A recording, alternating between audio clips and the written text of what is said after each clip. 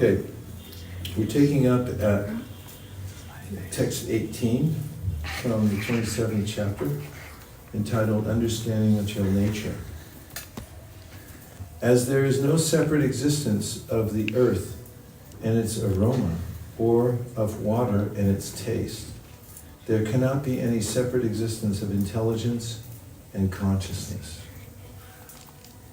The example is given here that anything material has an aroma. The flower, the earth, everything has an aroma. If the aroma is separated from the matter cannot be identified. If there is no taste to water, the water has no meaning. If there is no heat in the fire has no meaning.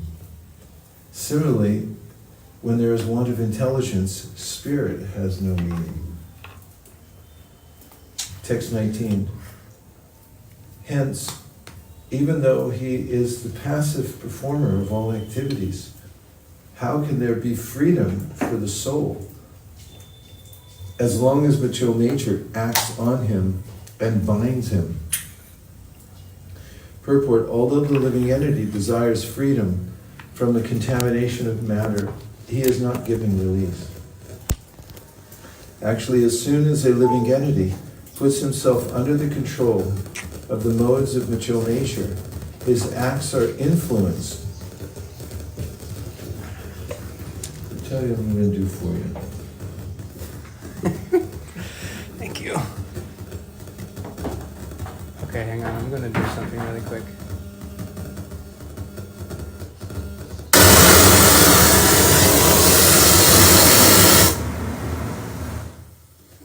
Sorry about that. I'm going to do something for you. My apologies. Okay, hang on. Sorry, everyone. Cosmic beings should console. Krishna, Krishna, Hare Hare, Hare Rama, Hare Krishna, Krishna Krishna, Hare Hare, Hare Rama, Ram Ram, Hare Hare, Hare Krishna, Krishna Krishna, Hare Hare. The game may be just a bit. Hare Krishna, okay. May I? Yes. Can you hear outside? Yeah. Hence, even though he is the passive performer of all activities, how can there be freedom for the soul as long as material nature acts on him and binds him? Purport: although the living entity desires freedom from the contamination of matter, he is not given release. Actually, as soon as a living entity puts himself under the control of the modes of material nature, his acts are influenced by the qualities of material nature and he becomes passive. It is confirmed in Bhagavad-gītā, prakrite kriyamanani gunai. The living entity acts according to the qualities or modes of material nature. He falsely thinks that he is acting, but unfortunately he is passive. In other words, he has no opportunity to get out of the control of material nature because it has already conditioned him. In Bhagavad-gītā, it is also stated that it is very difficult to get out of the clutches of material nature. One may try in different ways to think that everything is void in the ultimate issue, that there is no God, and that even if the background of everything is spirit, it is impersonal. This speculation may go on, but actually it is very difficult to get out of the clutches of material nature. Devahuti poses the question that although one may speculate in many ways, where is liberation as long as one is under the spell of material nature? The answer is also found in Bhagavad-gītā 7:14. Only one who has surrendered himself unto the lotus feet of the Supreme Lord, Mameviye Prapajante, can be freed from the clutches of Maya. I'm just going to check because this may have some connection to whoever asked the question about verse number 17, where Prabhupada says in the purport that Devahuti's question is more or less impelled by the philosophy of voidism. Yeah. And then if we look forward here, and I'll read the rest. The Vedas say that consciousness is a product combination of matter, and as soon as the consciousness is gone, material combination dissolves, and therefore there is ultimately nothing but voidness. This absence of consciousness is called nirvana in Mayava philosophy. And he says her question is more or less impelled by philosophy of voidism, and her question specifically, my dear Brahmana, does material nature ever give release to the spirit soul, since one is attracted to the other eternally? How is there separation possible? And then if we jump forward to 19, Prabhupada says, this speculation may go on. Up 2 more sentences. One may try in different ways to think that everything is void in the ultimate issue. So the point of what he's saying in these next few sentences is that for lack of any positive knowledge of the soul and its relationship with Krishna, there are these speculative philosophies that ultimately this spiritual world is devoid of variety and that there is no real self. And that's something that is under the category of Ragabhaya Kroda. As in Bhaya, there's a sense that I want to become an Atma, a non-Atma, because it seems as if my experience with being a person is the trouble. It's the reason that I have birth, death, old age, and disease. It's because of this conception. So that's how it's impelled by her question is impelled by this bhaya, fear of personal existence, and therefore a tendency to want to speculate. As Prabhupada goes on here, this speculation may go on, but actually it is very difficult to get out of the clutches of material nature. Devahuti poses the question that although one may speculate in many ways, where is liberation as long as one is under the spell of material nature? Are you buying this or no? Yeah. Okay, thanks. Since Devahuti is gradually coming to the point of surrender, her questions are very intelligent. How can one be liberated? How can one be in a pure state of spiritual existence as long as he is strongly held by the modes of material nature? This is also an indication to the false meditator. There are many so-called meditators who think, I am the Supreme Spirit Soul. I'm conducting the activities of material nature. Under my direction, the sun is moving and the moon is rising. They think, They think that by such contemplation or meditation they can become free. But it is seen that just 3 minutes after finishing such nonsensical meditation, they are immediately captured by the modes of material nature. Immediately after his high-sounding meditation, a quote-unquote meditator becomes thirsty and wants to smoke or drink. He is under the strong grip of material nature, yet he thinks that he is already free from the clutches of Maya. This question of Devahuti's is for such a person who falsely claims that he is everything, that ultimately everything is void, and that there are no sinful or pious activities. These are all atheistic conventions. Actually, unless a living entity surrenders unto the Supreme Personality of Godhead as instructed in Bhagavad-gītā, there is no liberation or freedom from the clutches of Maya. Text number 20. Even if the great fear of bondage is avoided by mental speculation and inquiry into the fundamental principles, it may still appear again, since its cause has not ceased. Material bondage is caused by putting oneself under the control of matter because of the false ego of lording it over material nature. Bhagavad-gītā 7:27 states, Ita dvesha samutena.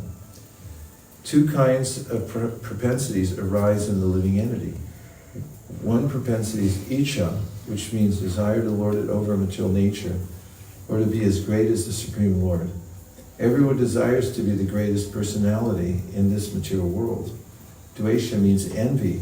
When one becomes envious of Krishna or the Supreme Personality of Godhead, one thinks, why should Krishna be the all-in-all? I'm as good as Krishna. These two items, desire to be the Lord and envy of the Lord, are the beginning cause of material bondage. As long as a philosopher, salvationist, or voidist has some desire to be supreme, to be everything, or to deny the existence of God, the cause remains, and there is no question of his liberation. Devahuti very intelligently says, one may theoretically analyze and say that by knowledge he has become freed, but actually as long as the cause exists, he is not free. Bhagavad-gītā confirms that after performing such speculative activities for many, many births, when one actually comes to real consciousness and surrenders unto the Supreme Lord, Krishna, then the fulfillment of his research in knowledge is actually achieved. There's a gulf of difference between theoretical freedom and actual freedom from material bondage. The Bhagavatam 10.14.4 says that if one gives up the auspicious path of devotional service and simply tries to know things by speculation, one wastes his valuable time. Kushanti kevala bodhalabdaye. The result of such a labor of love is simply labor. There's no other result. The labor of speculation is ended only by exhaustion. The example is given that there is no benefit in husking the skin of an empty patty. The rice is already gone. Similarly, simply by the speculative process, one cannot be freed from material bondage, for the cause still exists. One has to nullify the cause, and then the effect will be nullified. This is explained by the Supreme Personality of Godhead in the following verses. The Supreme Personality of Godhead said, one can get liberation by seriously discharging devotional service unto me, and thereby hearing for a long time about me or from me. By thus executing one's prescribed duties, there will be no reaction and one will be freed from the contamination of matter. There's your answer. Is it possible? The question was, it's a lament. Will the soul ever be freed from matter? It seems impossible to separate the two. And the Lord gives an optimistic answer. One can get liberation by seriously discharging devotional service unto me, and thereby hearing for a long time about me or from me. As a animitta-nimittena. Animitta-nimittena means without desiring the fruits of activity. Saved my life. I would have melted over here. Swadharmena, by executing one's prescribed duties. Amala atmana, with a pure mind. Amala atmana, with a pure mind. Tivraya, serious. Mai, unto me, bhaktya, by devotional service, and shruta, hearing.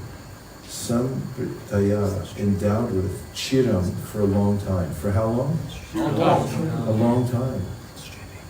Sridhar Swami comments in this connection. You want to take your light off? Not really, but...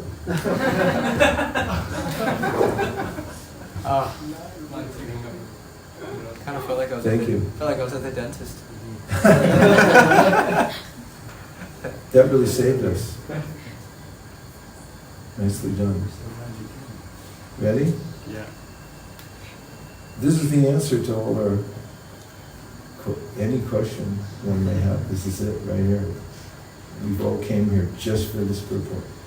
Sridhar Swami comments in this connection that by association with material nature alone, one does not become conditioned. And that happens. I'll take that thing back.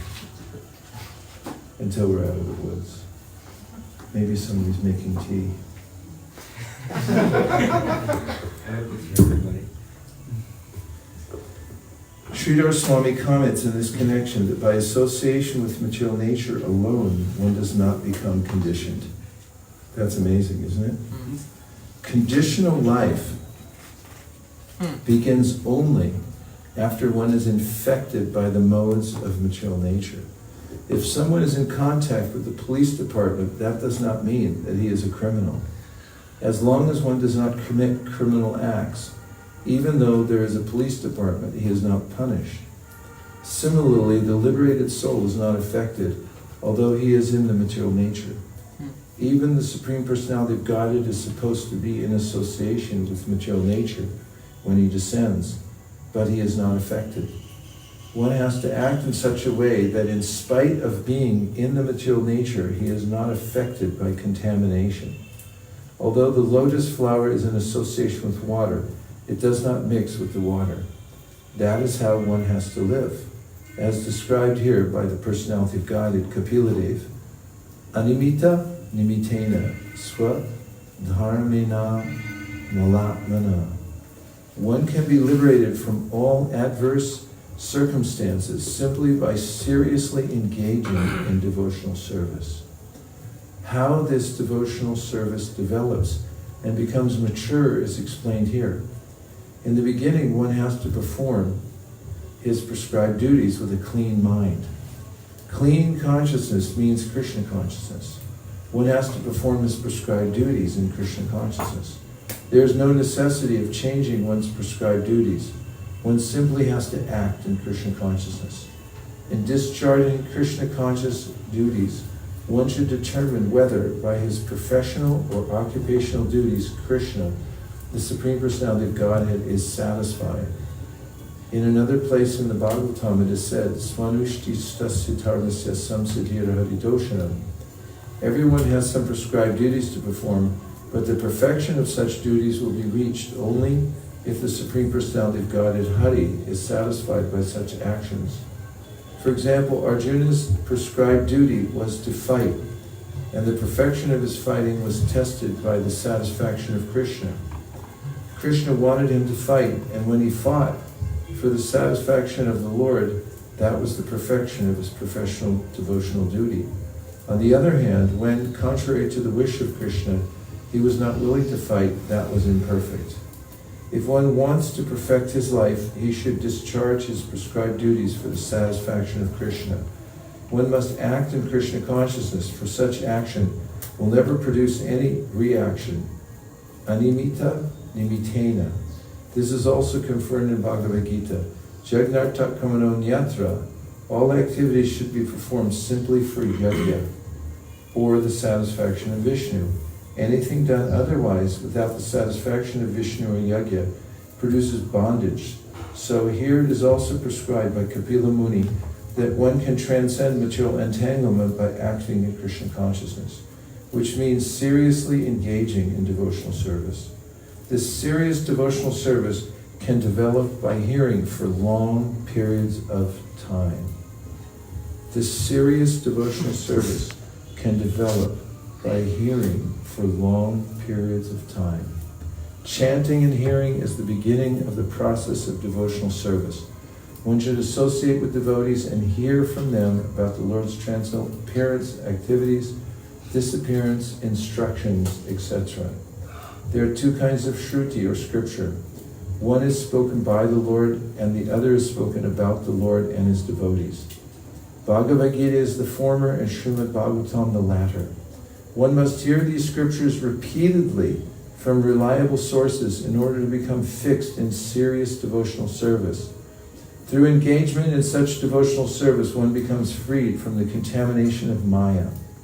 It is stated in the Srimad Bhagavatam that hearing about the Supreme Personality of Godhead cleanses the heart of all contamination caused by the influence of the three modes of material nature. By continuous, regular hearing, the effects of the contamination of lust and greed to enjoy or lord it over material nature diminish. And when lust and greed diminish, one then becomes situated in the mode of goodness. This is the stage of Brahman realization, or spiritual realization. In this way, one becomes fixed on the transcendental platform. Remaining fixed on the transcendental platform is liberation from material entanglement. There it is. That's great. There's the money verse. Take it to the bank. Text 22. This devotional service has to be performed strongly in perfect knowledge and with transcendental vision. One must be strongly renounced and must engage in austerity and perform mystic yoga in order to be firmly fixed in self-absorption. You have to do mystic yoga. I'm going to read this again. This devotional service has to be performed strongly in perfect knowledge and with transcendental vision. One must be strongly renounced and must engage in austerity and perform mystic yoga in order to be firmly fixed in self-absorption.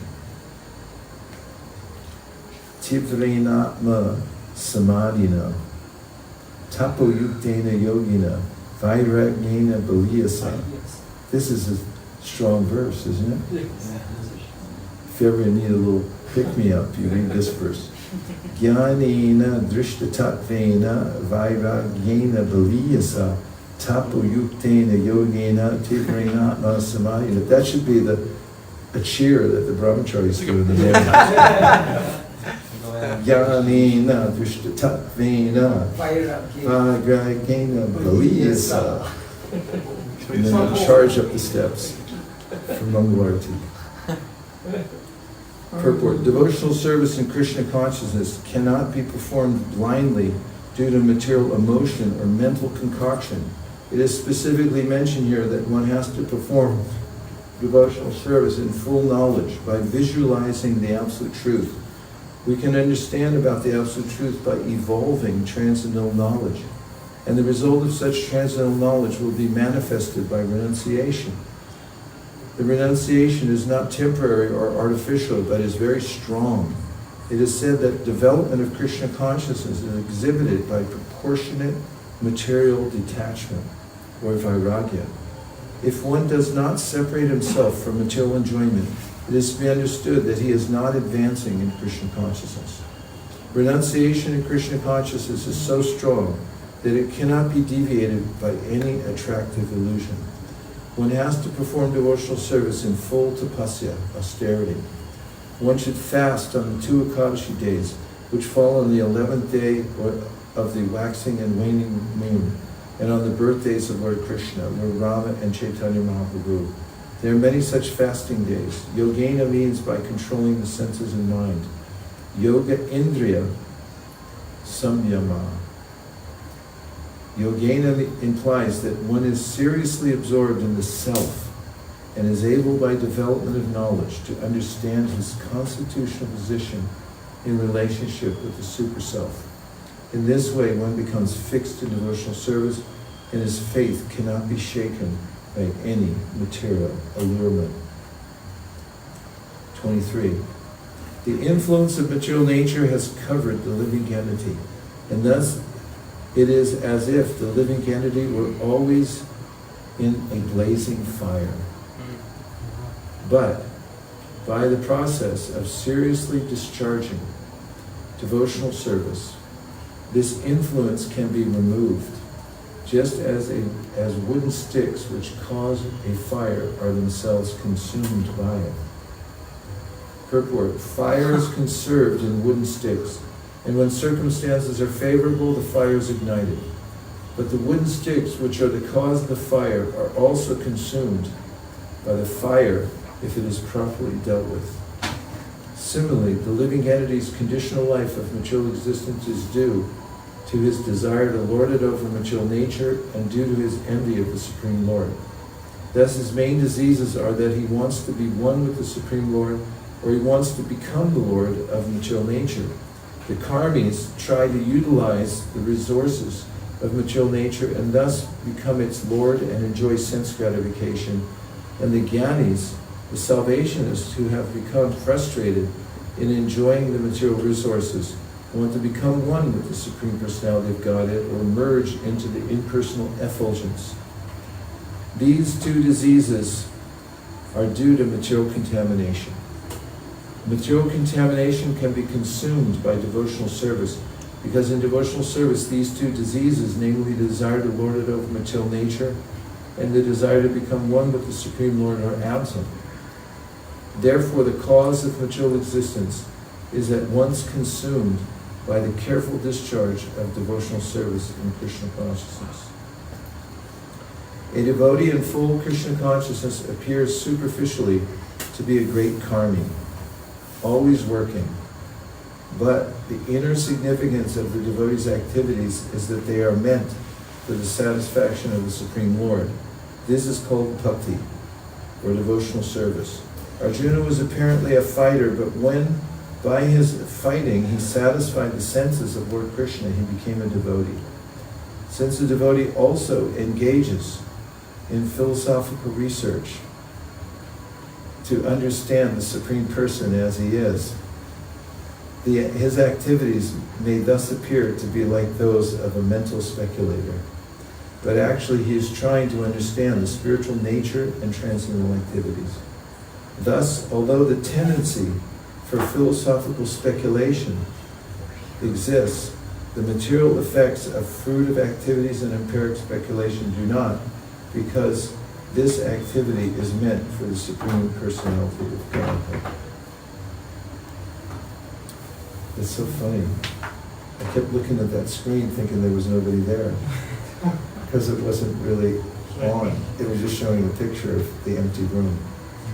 And now I can see everybody is there. It's quite a revelation. Okay. You're never alone. It's like when there's no intelligence, you can't see the sky. Is everyone okay? Yes. Keep going? Yes. Want to hear one more? More, yeah. Okay. More. We'll take a few reflections and questions and then I'll read more. It was very dense what we're reading. Yeah. I need to reread some of that. Mahendra Prabhu? My